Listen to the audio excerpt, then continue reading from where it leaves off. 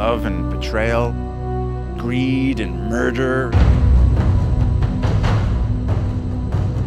It's set in this interesting world of contrasting ideologies and what's right and wrong, and has a great philosophy about it.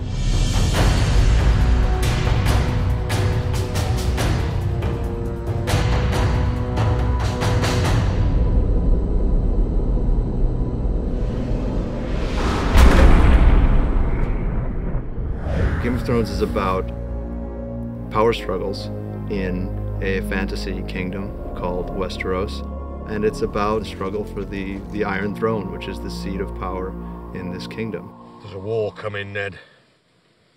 I don't know when, I don't know who we'll be fighting, but it's coming. At the core of it, there's a conflict for power between two great houses initially, House Stark and House Lannister. The other major houses are all contenders as well. It's a suitably complicated political situation. The old truth that power corrupts, I think, is very valid, and it shows in this series. You see characters that come into power and how they change.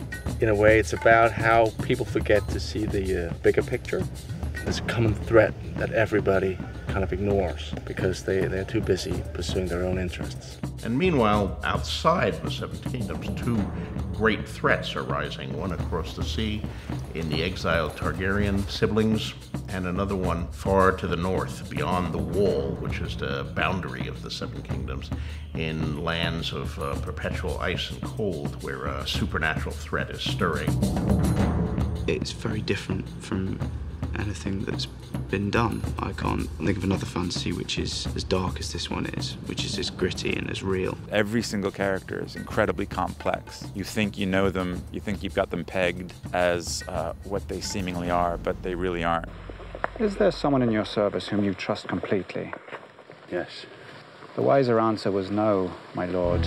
It's not a good guys, bad guys story. It's a story where everybody is pursuing their own interest and everybody is following their own code, and it's about those interests and those ethics coming into conflict with each other, and it just provides a much richer story than the guys in white beating the guys in black. Lord Baelish, perhaps I was wrong to distrust you. Distrusting me was the wisest thing you've done since you climbed off your horse. It's quite a big, sprawling, epic kind of story, and fascinating characters, different characters, very rich, sort of tasty characters in there. You don't know who they all are and how they fit in. Shouldn't be out here, my lord. There's no telling who has eyes where. Let them look. So I've found it's very dense and it's very multi-layered. I think that's what I found quite intriguing and quite fascinating about this thing.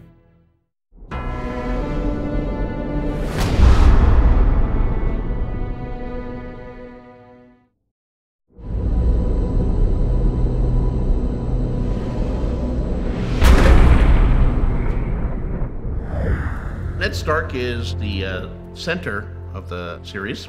He's very realistic, quite a pragmatic character. This is fine work. It's not for sale. If his lordship wants the helmet, I made it for me. forgive him, my lord. There's nothing to forgive.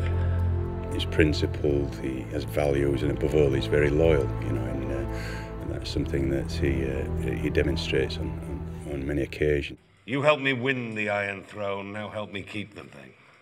We were meant to rule together. Ned is the Lord of Winterfell, and he's married to Catelyn Tully. Together they have a number of children. 17 years ago, you rode off with Robert Baratheon. You came back a year later with another woman's son. Jon Snow, he's of an age with Robb, the eldest son, and they're closest brothers. I would say Jon Snow is a young hero in a lot of ways. Well, Lord Snow, it appears you're the least useless person here. Personally, I think there's a hell of a lot of inner turmoil if he's fighting between his ambition to be someone and to make a mark on things. I'm ready. You're not going. You're no ranger, chap. Here. The man gets what he earns. When he earns it. His ambition can and does make him do quite extreme things. The Lannisters are the Queen's family. Robert Baratheon, the king, who had the daughter of another great house, Cersei Lannister. She is the queen of the Seven Kingdoms. She's quite tricky, layered, and power mad. She's smart and political. She has a very hard time trusting anyone. You're just a soldier, aren't you? You take your orders and you carry on. I was also trained to kill my enemies, Your Grace. As was I. There's a definite sense with Cersei that if it will further her game of power, she'll get rid of anybody. It doesn't really matter. Jaime, her twin brother, is one of the members of the King's Guard. It would be good to have you on the field. The competition has become a bit stale. I don't fight in tournaments, because when I fight a man for real, I don't want him to know what I can do. He is a soldier and he doesn't care about the politics. He knows the game and he does not want to be directly involved in it. Cersei and Jaime also have another brother, Tyrion Lannister. Tyrion Lannister, because of his size, has had a very complicated upbringing in relation to his father and his sister. He's very well read. He gets 0 powers with physical defenses, so he has to defend himself with his wit and charm. Why'd you read so much? Look at me and tell me what you see. Is this a trick? What you see is a dwarf. My brother has his sword, and I have my mind. And a mind needs books like a sword needs a whetstone. There's a set of characters that you also encounter who are across the Narrow Sea on an entirely different continent. May I present my honored guests, Viserys of House Targaryen, the rightful king of the Andals, and his sister, Daenerys of House Targaryen. He's a man on a mission. He's fairly obsessive about one thing, which is regaining his crown. When they write the history of my reign, sweet sister, they will say it began today. He's very bitter and resentful of the people who took it from him, and he carries a huge burden. His sister is Daenerys Targaryen, also known as Daenerys Stormborn. Tell them to stop. You want the entire horde to stop? For how long? Until I command them otherwise. She goes on such a journey. She gets put up with a lot of obstacles coming her way, and every time she overcomes them, she succeeds, and she kind of just gets stronger and stronger as she goes on. She's an incredible, incredible, wicked person. There's plots within plots and wheels within wheels, and many people competing for one seat.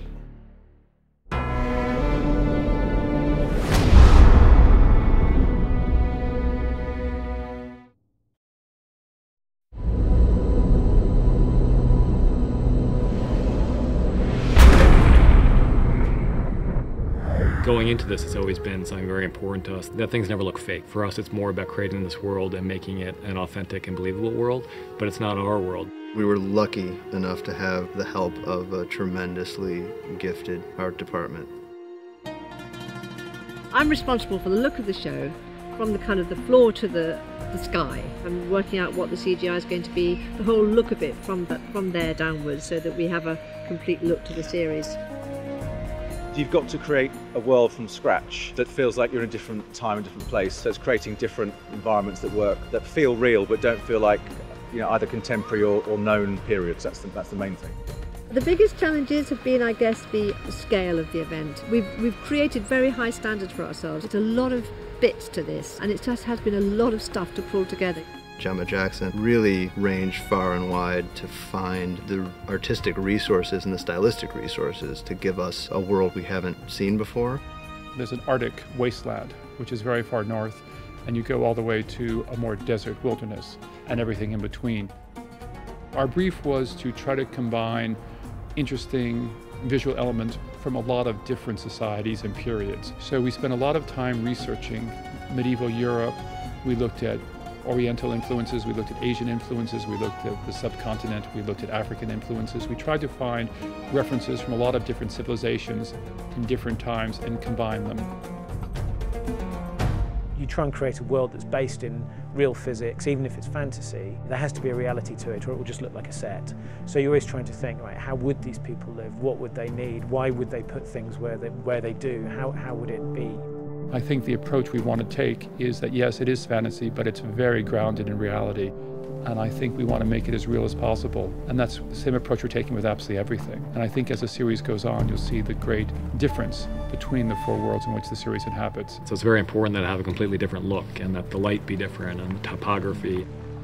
We've been given the luxury of being able to span various countries. So we scouted probably, 14 different countries when we're trying to decide where to shoot, and why ultimately we decided to shoot Northern Ireland. You drive 25 minutes and you're at some beautiful forest somewhere, and you drive 45 minutes and you're at this great old castle.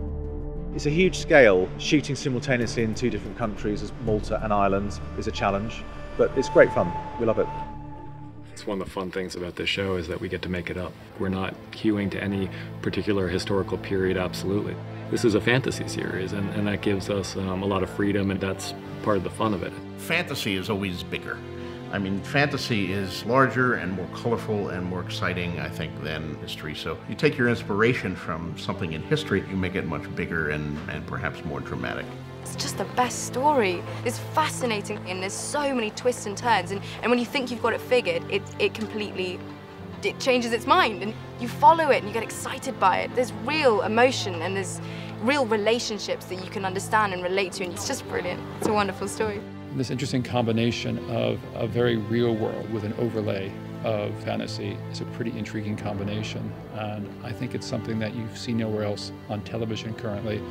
I don't think anybody will do it quite the way HBO does. What do you know about fear? Fear is for the winter, when the snows fall 100 feet deep. Fear is for the long night, when the white walkers move through the woods. When the sun hides for years, and children are born and live and die, all in darkness. That is the time for fear, my lord.